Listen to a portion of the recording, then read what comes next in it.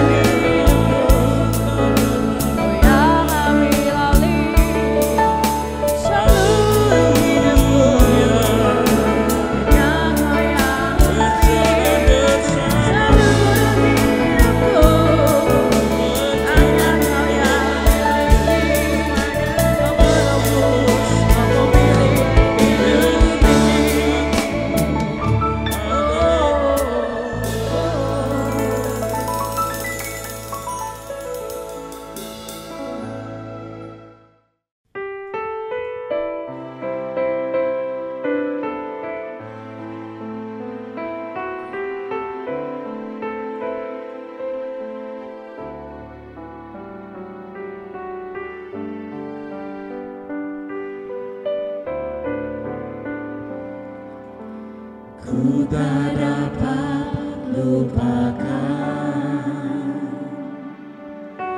kebaikan yang ku terima,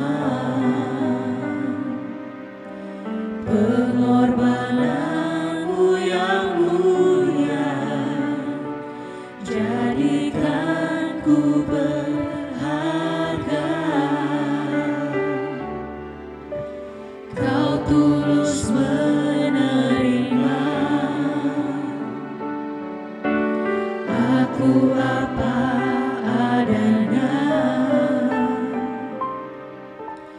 kekuatan kasih-Mu nyata memulihkan hidupku. Kau bukan Tuhan yang melihat rupa, Kau bukan Tuhan yang memandang harta. Hati hamba yang selalu Kau jadi, biar Kau teguhkan hidupku. Selama ku hidup, ku mau menyembah-Mu, sebab Engkau sangat berarti bagiku. Yang terbaik yang ada padaku, ku persembahkan kepada-Mu, Yesusku.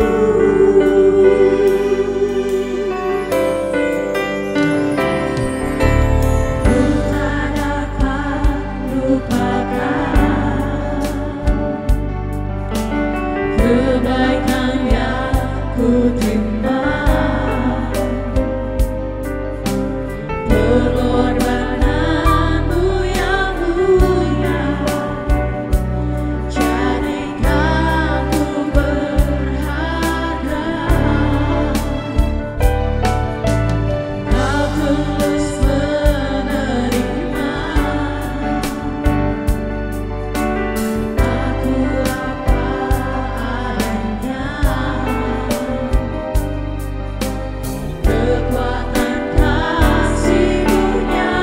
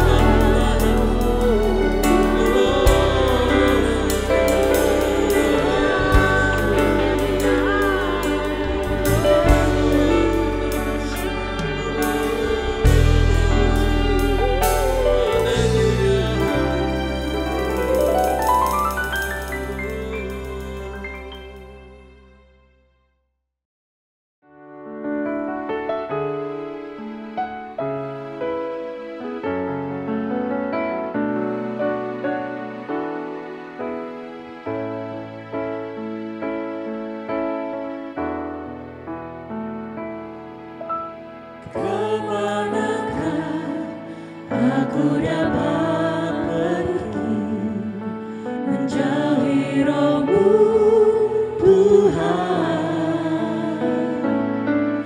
Ku berlari mendaki ke langit, namun Engkau ada di sana.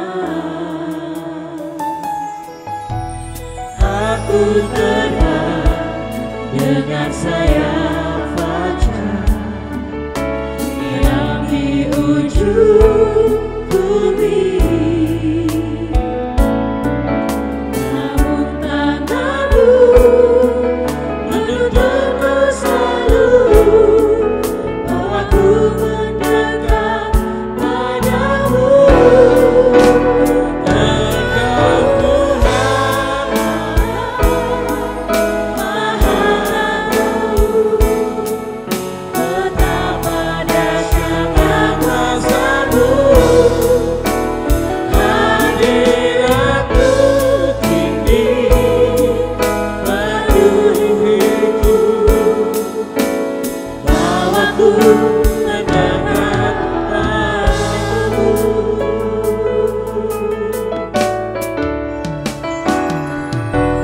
Kemanakah aku dapat pergi menjauhi Roh-Mu, Tuhan?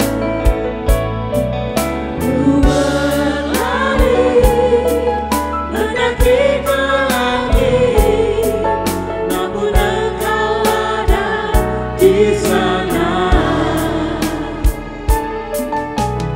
Aku terbang dengan sayap fajar yang di ujung bumi, namun tangan-Mu menuntunku selalu, bahwa ku mendekat padamu. Engkau Tuhan Maha Agung, betapa dahsyatnya kuasa-Mu. Hadirat-Mu tinggi penuhiku, bawaku mendekat padamu. Engkau Tuhan Maha Agung, betapa dahsyatnya kuasa-Mu. Hadirat-Mu tinggi penuhiku, bawaku mendekat padamu. Bawaku mendekat padamu. Bawaku mendekat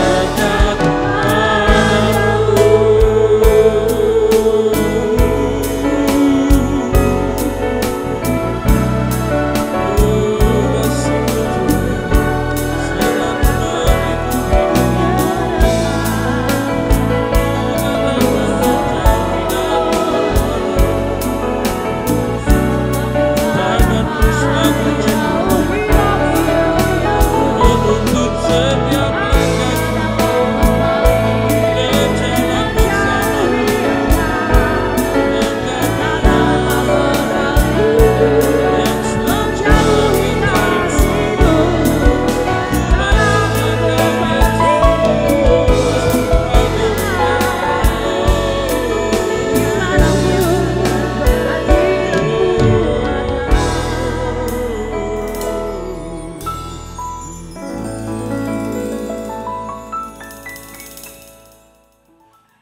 Shalom, selamat bertemu dalam hadirat Tuhan untuk semua saudara di GKI Bali Praise Community Church.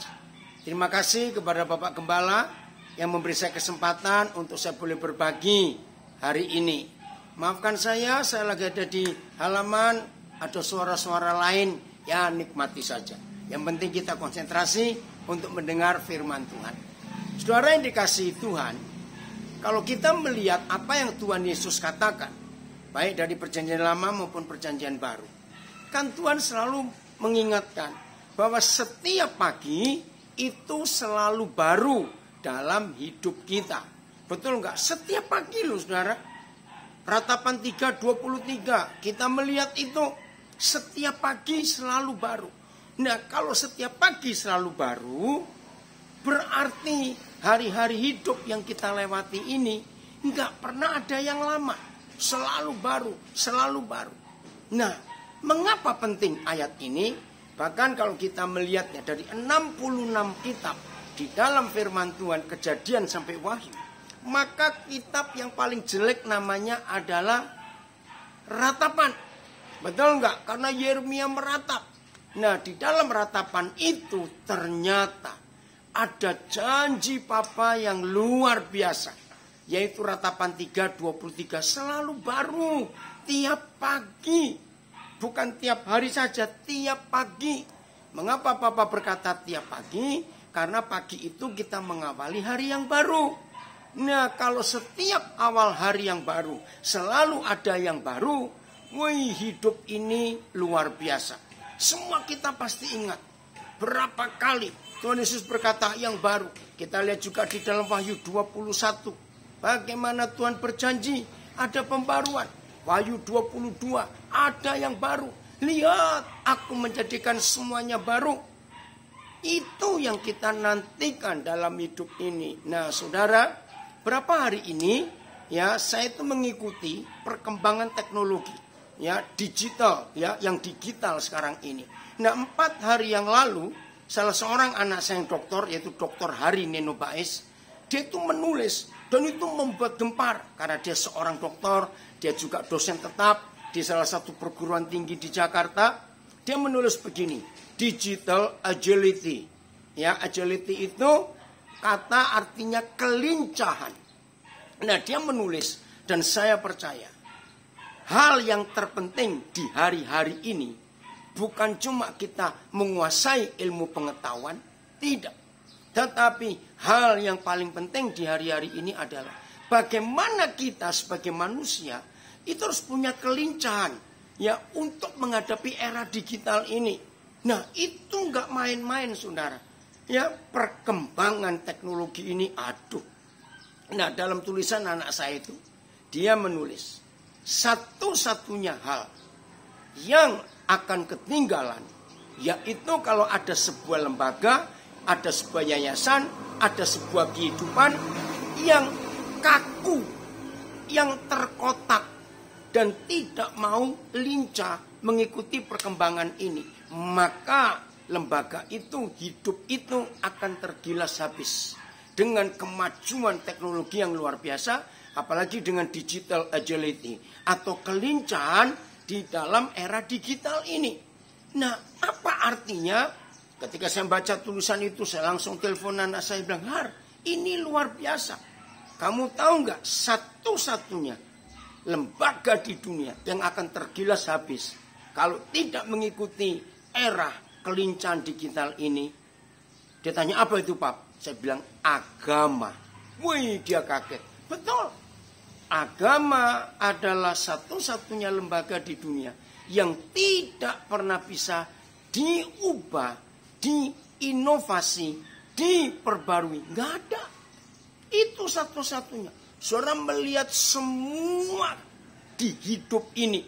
Dari model rambut kepala kita, warna rambut, sampai kacamata, sampai anting, semua ya. Apa itu alat-alat untuk wajah, obat-obatan, terus sampai di leher kita, tangan kita, badan kita, sampai di kaki kita.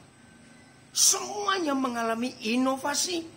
Makanan-makanan, inovasi, kuliner, luar biasa. Ya, semuanya mode, hebat. Apalagi selama pandemik ini. Saya ngerti kata new normal, kenormalan baru. Itu artinya hidup ini harus ngikuti apa yang sedang terjadi saat ini. Bahkan saudara, Corona atau COVID-19 ini, Tuhan itu kalah. Maaf ya saya berkata itu, dengar dulu. Kenapa saya berkata dengan COVID-19 Tuhan itu kalah? Artinya agama. Saudara perhatikan. Selama COVID ini ada di dunia, kita ngomong aja Indonesia. Sejak Maret tahun yang lalu. Dan sebentar lagi setahun COVID itu ada di Indonesia. Saudara lihat, dari agama Islam, agama Buddha, Hindu, Katolik, Protestan, dan agama-agama apa yang ada mengalami perubahan yang luar biasa. Mau tidak mau. Siapa pernah membayangkan Ka'bah, tempat paling suci umat Islam sedunia, tutup gara-gara corona. Saya punya kelompok diskusi yang bukan cuma orang Kristen, namanya kelompok cinta NKRI. Nah, waktu pertama kali musim haji atau hari raya haji tahun yang lalu, Ka'bah ditutup. Kita nggak tahu di tahun ini akan bagaimana, kita masih belum tahu. Saya diskusi dengan mereka. Sorry ya, aku cuma tanya. Kira-kira kalau ada imam besar kalian, tahu-tahu mendapat fatwa dari surga, dari Tuhan, mengatakan tahun ini Ka'bah ditutup, tidak ada orang berhaji. Nah, ini saya cuma guyon. Jawab, kalian nurut atau tidak? Pasti tidak. Imam besar loh yang bicara. Begitu pula tempat paling suci orang Yahudi, tembok ratapan, tutup. Vatikan, Basilika Santo Petrus, tutup. Gereja-gereja tutup, masjid tutup. Pura, kuil, vihara, tutup. Saudara, inilah fakta bahwa COVID-19 itu bisa mengalahkan agama. Betul tidak? Harus tunduk. Nah, inilah proses pembaruan itu. Maka itu kalau kita tidak mengikuti apa yang Roh Kudus kerjakan, maka kita akan ketinggalan.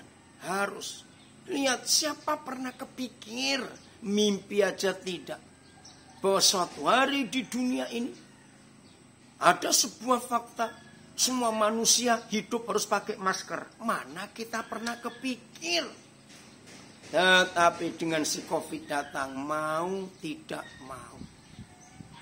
Nah, inilah proses bagaimana dunia ini sedang mengalami pembaruan yang luar biasa.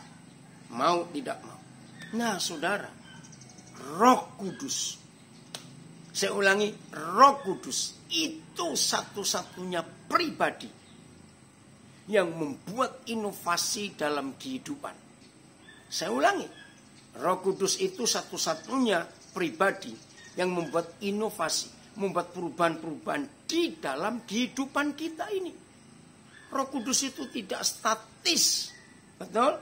Roh Kudus itu bergerak, terus bergerak. Dia nggak pernah berhenti. Saya beri beberapa contoh. Saudara lihat mujizat-mujizat yang Tuhan kerjakan sejak perjanjian lama sampai kitab Wahyu. Pernah nggak saudara kagum? Papa di surga dengan kuasa Roh Kudusnya tidak pernah membuat mujizat dengan cara yang sama untuk kedua kalinya. Itu kita harus kagum. Nggak pernah. Berarti Roh Kudus itu inovator agung.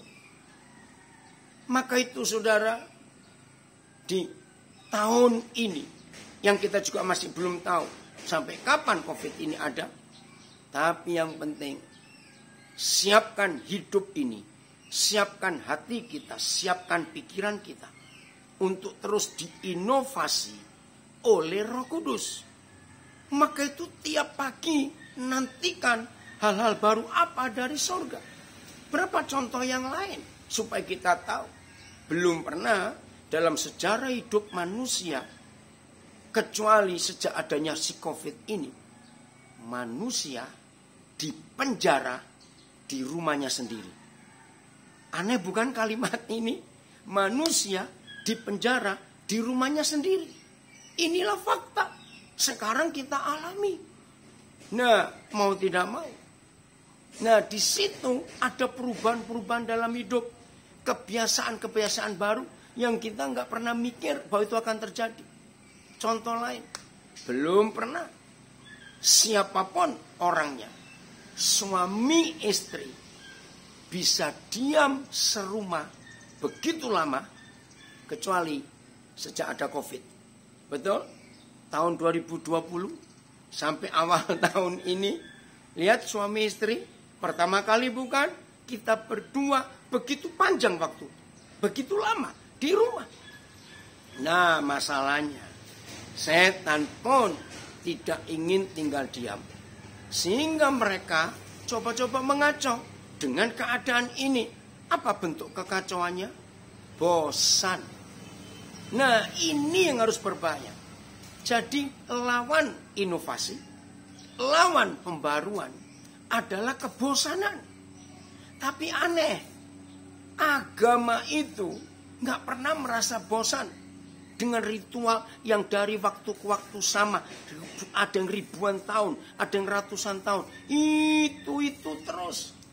Kenapa nggak pernah rasa bosan? Padahal sama terus. Maka itu saudara, hanya Roh Kudus, satu-satunya pribadi yang bisa menginovasi hidup ini. Dari mulai cara kita berpikir, cara kita mendengar, cara kita melihat sesuatu, cara kita bicara sesuatu, cara kita merasa sesuatu, cara kita memutuskan sesuatu. Semua Roh Kudus akan memperbarui setiap pagi. Inilah yang Tuhan inginkan. Nah, secara wajar, saudara, secara wajar. Enggak ada seorang manusia pun, dari bayi sampai kita tua, yang namanya manusia pasti suka, senang, dan menantikan hal-hal baru. Kalau tidak bosan. Maka itu, kalau ada di antara kita, khususnya saudara, di Bali Praise Community Church, maaf saya berkata, hidup ini kok rasa bosan ya, rasa jenuh, burn out istilah bahasa Inggrisnya. Hidup ini lelah, bukan lelah secara fisik, tapi capek, lelah secara mental, secara pikiran. Berarti orang itu tidak sedang bergerak, tidak sedang ikut, tidak sedang berjalan bersama Sang Inovator Agung, yaitu Roh Kudus. Maka itu penting sekali dalam hidup kita untuk terus mengalami pembaruan dalam hidup ini.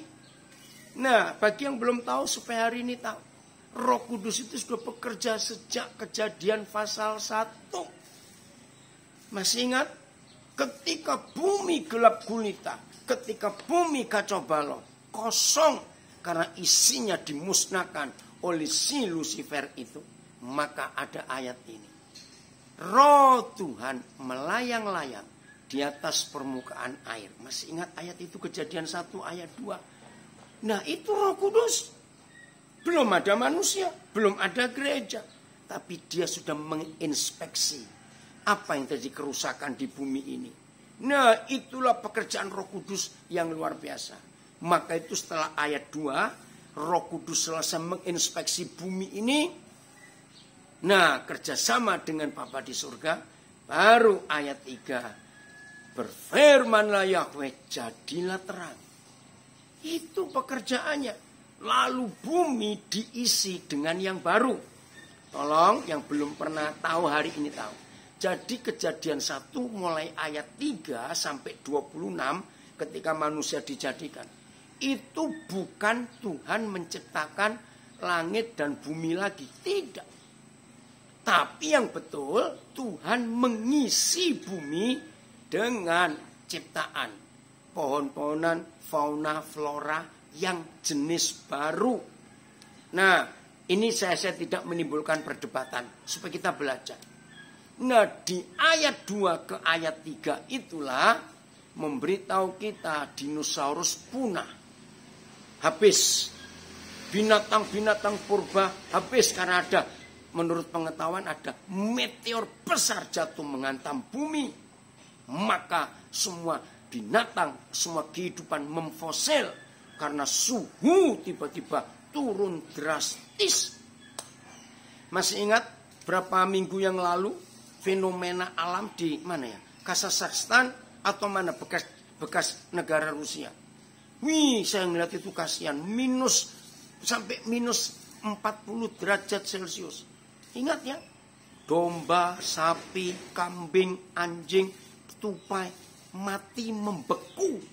Ya, saya percaya saudara pernah lihat viral itu. Nah, seperti itu yang terjadi antara pasal 1 ayat 1 ke ayat 2. Kerusakan seperti itu. Jadi memfosil. Maka itu ditemukan fosil-fosil binatang-binatang purba. Karena kalau mereka mati alamiah, mereka tidak memfosil, tapi membusuk. Nah, ini ilustrasi saja. Kalau Tuhan iseng, untung papa kita nggak pernah iseng. Tiba-tiba temperatur suhu udara turun sampai minus 60 derajat. Nah, kita yang lagi duduk di rumah, dengar firman atau di gereja, atau lagi makan di mana saja, tiba-tiba kita membeku. Nah, berapa abad kemudian misalnya ada orang gali-gali tanah di Denpasar, menemukan kita lagi duduk di depan HP karena suhu turun drastis. Nah, itu proses antara kejadian 1, 2 sampai ke 3. Saya harap saudara mengerti ini. Nah, sejak itu ada pembaruan yang luar biasa. Jadi papa mengisi bumi dengan jenis pohon-pohon yang baru, ya, binatang-binatang yang baru selesai semua.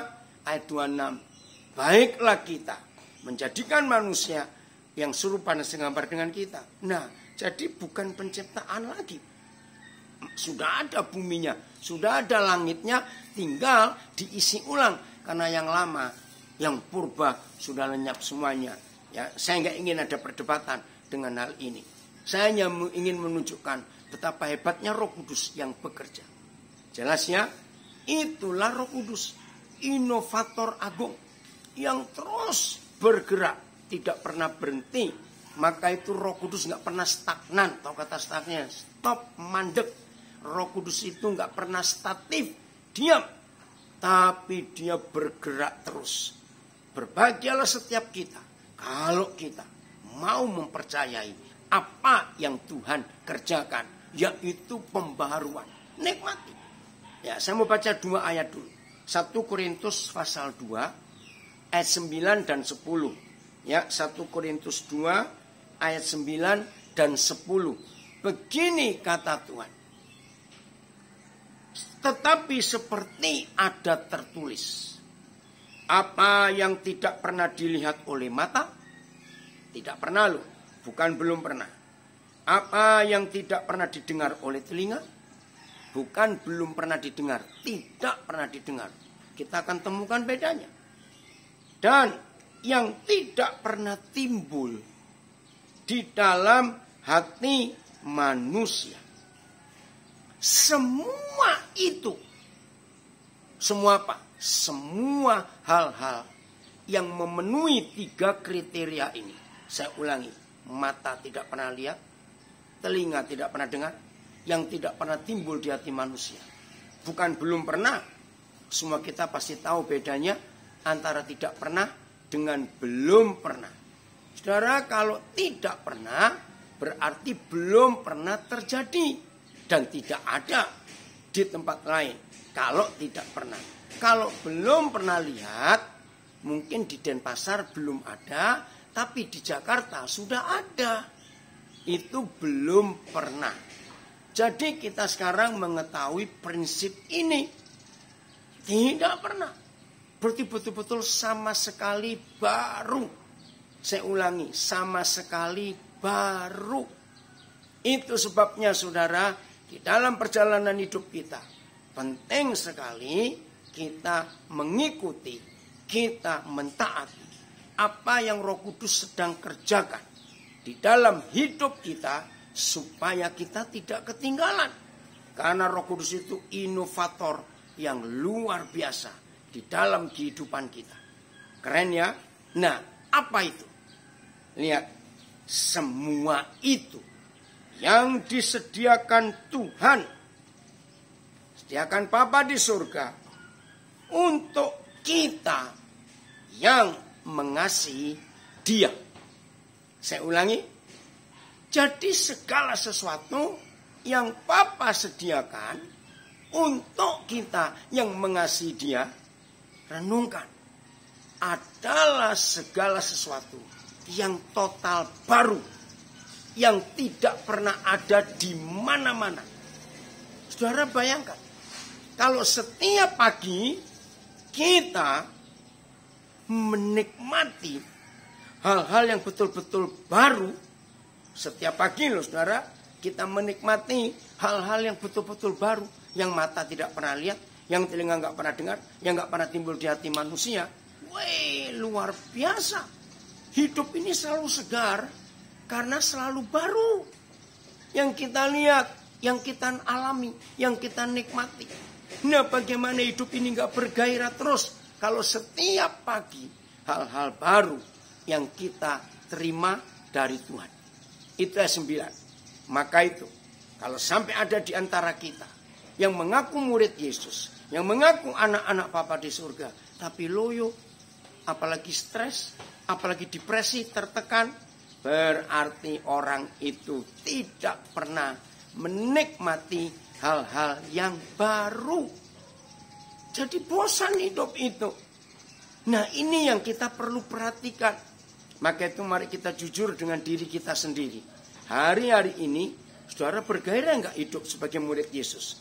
Hari-hari ini, saudara bersuka cita enggak? Kita sebagai anak-anak Bapa di surga, yang tiap pagi selalu ada yang baru. Wih, menyenangkan. Ayat 10. Karena kepada kita, anak-anaknya, murid-murid Yesus, karena kepada kita Tuhan telah, bukan akan, Tuhan telah menyatakannya. Nah, nyanya ini apa? Nyanya itu adalah segala sesuatu yang baru yang tertulis di ayat 9.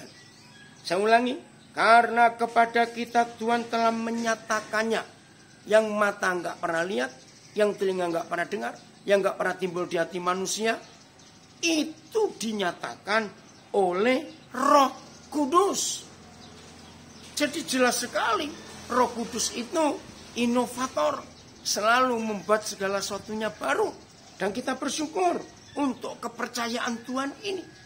Dan enggak cukup sampai di situ. Enggak cukup Roh Kudus menunjukkan, memberitahukan, menyatakan semua yang total baru.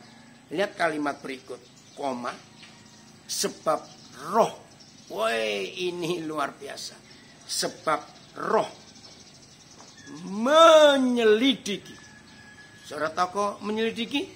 Neliti, bongkar-bongkar, cari-cari. Apa yang mereka bongkar? Apa yang mereka cari? Segala sesuatu. Oh, terima kasih Bapak. Untuk janji yang luar biasa. Saya baca lagi. Untuk bisa mengetahui sebuah konsep yang baru. Dengan 3 kriteria tadi. Mata tidak pernah lihat, telinga nggak pernah dengar, nggak pernah timbul di hati manusia. Hanya Roh Kudus yang bisa memberitahukan. Masih ingat tadi digital agility? Ya, kelincahan digital. Itu adalah Roh Kudus ini. Selalu baru, selalu baru. Oh, terima kasih Bapak. Dan total baru. Ternyata nggak cuma itu. Ternyata Roh Kudus ini mampu mengajak saudara dan mengajak saya menyelidiki segala sesuatu.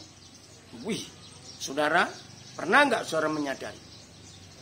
Tidak ada 1-2 barang, 1-2 hal yang tidak termasuk di dalam segala sesuatu. Coba renungkan kalimat ini. Nggak ada. Disebut segala sesuatu, ya apa saja yang ada di dunia dan yang ada di jagat raya ini. Hanya Roh Kudus yang mampu membuat kita menyelidiki segala sesuatu. Wih, itu luar biasa. Nah, saya pikir, karena dalam tata bahasa, bahasa apa saja, kalau sudah ada kalimat segala sesuatu, artinya selesai. Dan di dalam penulisan harus diberi tanda baca titik. Artinya selesai, nggak ada apa-apa lagi. Tapi di ayat 10 ini, Wih, saudara kan kagum. Terbelalak mata saya. Pertama kali belajar ini. Titik koma. Loh, setelah segala sesuatu harusnya titik. Ini ditulis, kalau saya nggak salah, saya harus teliti lagi. Oh, koma, bukan titik koma. Loh, ada apa lagi? Dahsyat. Bahkan, nah, saudara tahu ya arti kata bahkan. Artinya, wih, ada yang lebih lagi daripada segala sesuatu ini. Apalagi itu? Oh, Tuhan terima kasih untuk ini. Bahkan, hal-hal yang tersembunyi dalam diri Tuhan. Nah, saudara, masih ingat Amsal 25 ayat 2? Satu-satunya tulisan di seluruh Alkitab tentang apa itu kemuliaan Tuhan ditulis oleh Amsal, merahasiakan segala sesuatu. Nah, sudah, kalau Tuhan merahasiakan segala sesuatu, ya sudah, kita nggak bisa ngapa-ngapain lagi. Tapi dengan 1 Korintus 2 ayat yang ke-10, kalau saudara dan saya mengasihi Dia, maka saudara dan saya sebagai gerejanya, sebagai murid-muridnya, sebagai miliknya, maka kita tidak akan kesulitan menyelidiki hal-hal yang tersembunyi, hal-hal yang rahasia di dalam diri Bapa kita di surga. Keren gak? Maaf saya berkata, sampai hari ini tidak akan pernah bisa dan tidak akan pernah ada kampus-kampus teologi sehebat apapun, maaf saya berkata, yang ada teori di fakultas, di universitas, di kampus sekolah-sekolah tinggi teologi itu, yaitu mata kuliah menyelidiki segala sesuatu yang rahasia, yang tersembunyi dalam diri Tuhan. Gak ada. Satu-satunya yang mampu membawa saudara dan saya masuk ke dalam kamar pribadinya Papa, itu istilah saya, hanya Roh Kudus, Sang Inovator Agung. Ngerti kata itu ya, Sang Inovator Agung. Kalau saudara tinggal di Bali, pasti ngerti kata Sang. Sang Hyang Wadiwasa. Artinya Sang itu yang paling tinggi. Itu dalam bahasa Sanskerta. Maka itu saudara, hari ini kita bersyukur. Ada pribadi Roh Kudus yang membuat segala sesuatu baru. Dan hidup ini tidak akan membosankan. Maka itu, sambil menanti kapan COVID ini selesai, sambil menanti kapan hidup kembali normal, izinkan Roh Kudus terus bergerak, menuntun, mengatur, menguasai, mendisiplin, menyetir, mengontrol hidup saudara dan hidup saya. Kalau Roh Kudus kita izinkan, mengontrol semuanya. Hidup ini menyenangkan, menggairahkan, tidak ada yang membosankan. Baru, ayo ya, nikmati janji Tuhan ini. Oh, terima kasih Bapak. Jadi nggak usah khawatir. Inilah rahasia firman. Ayat terakhir, Wahyu 22. Wahyu 22 ayat 7. Saudara, ini pesan Tuhan yang luar biasa dalam hidup kita. Wahyu 22 ayat 7. Sesungguhnya aku datang segera. Perhatikan. Berbahagialah. Bukan orang yang rajin doa puasa. Bukan orang yang rajin memberi persembahan dengan jumlah banyak. Maaf. Bukan orang yang hafal ayat Alkitab. Tidak. Berbahagialah orang yang menuruti perkataan-perkataan nubuat kitab ini. Itu yang berbahagia, menuruti firman Tuhan ini. Dan kita sudah menemukan Sang Inovator Agung adalah Roh Kudus.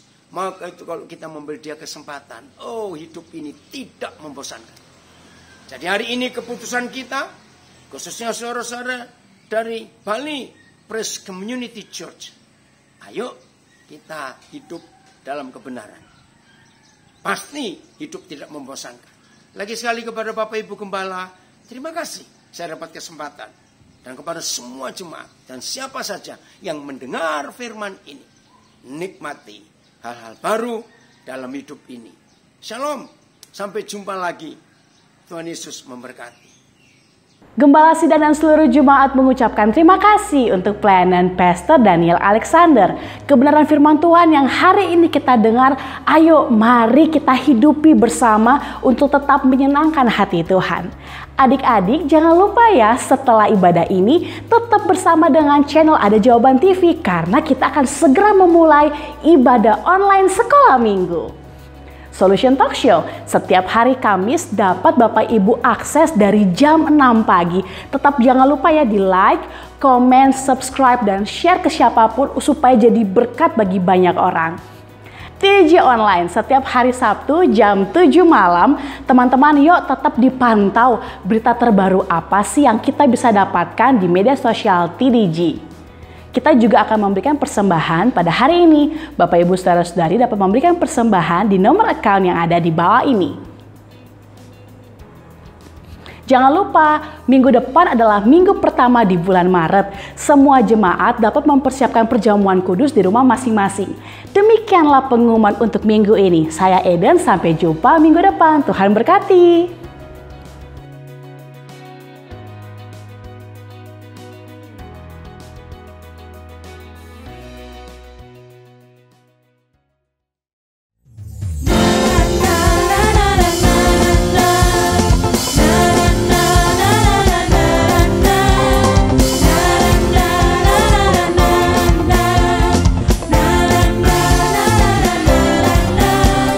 Musim baru telah tiba.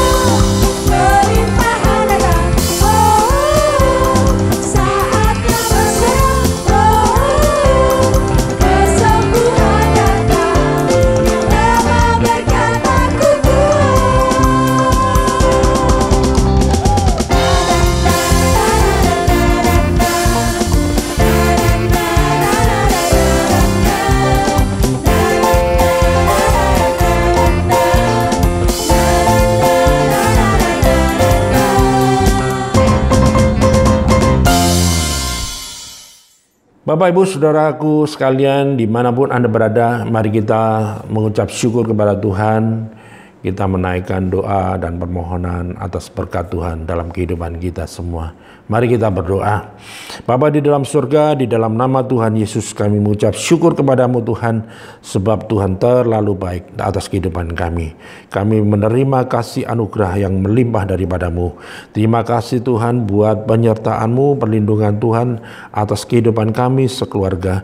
Dimanapun berada Tuhan, ketika kami dalam keadaan tertekan, dalam kesesakan, dalam kesulitan, Tuhan Engkau selalu ada bersama dengan kami. Kami mengucap syukur Tuhan, Tuhan tidak pernah meninggalkan hidup kami. Terima kasih Bapa, kami boleh menerima berkat daripadamu. Tuhan memberkati Engkau dan melindungi Engkau. Tuhan menyinari Engkau dengan wajahnya dan memberi Engkau kasih karunia. Tuhan menghadapkan wajahnya kepadamu dan memberi Engkau damai sejahtera. Diberkati Engkau di kota, diberkati Engkau di ladang, diberkati buah kandunganmu, diberkati hasil bumimu dan hasil ternakmu, diberkati bakulmu dan tempat adonanmu, diberkati Engkau pada waktu masuk, diberkati Engkau pada waktu keluar. Tuhan memerintahkan berkat atasmu dalam lumbungmu, dalam segala usahamu, memberkati Engkau di negeri yang diberikan kepadamu oleh Tuhan, dan Tuhan menetapkan Engkau menjadi umatnya yang kudus, seperti yang dijanjikannya dengan sumpah kepadamu, jika engkau berpegang pada perintah Tuhan dan hidup menurut jalan yang ditunjukkannya. Maka semua berkat-berkat ini akan datang kepadamu dan menjadi bagianmu jika engkau mendengarkan suara Tuhan dan melakukan kehendak Bapa dengan setia. Mari Bapak Ibu sekalian, kita mengangkat tangan, kita mengucap syukur, kita boleh menerima berkat, yaitu damai, sejahtera dan sukacita dari Bapa Surgawi, kasih setia, kebaikan, kemurahan, dan anugerah dari Tuhan Yesus. Di dalam persekutuan oleh kuasa Roh Kudus yang menolong kita, menuntun langkah hidup kita, mulai sekarang sampai selama-lamanya. Di dalam nama Tuhan Yesus Kristus, kita mengucap syukur dan kita boleh berkata bersama-sama, haleluya, amin. Selamat hari Minggu, selamat beraktivitas bersama dengan keluarga masing-masing di rumah. Tetap mengucap syukur, tetap bertahan, tetap semangat. Tuhan Yesus selalu memberkati saudara semua. Haleluya. Amin.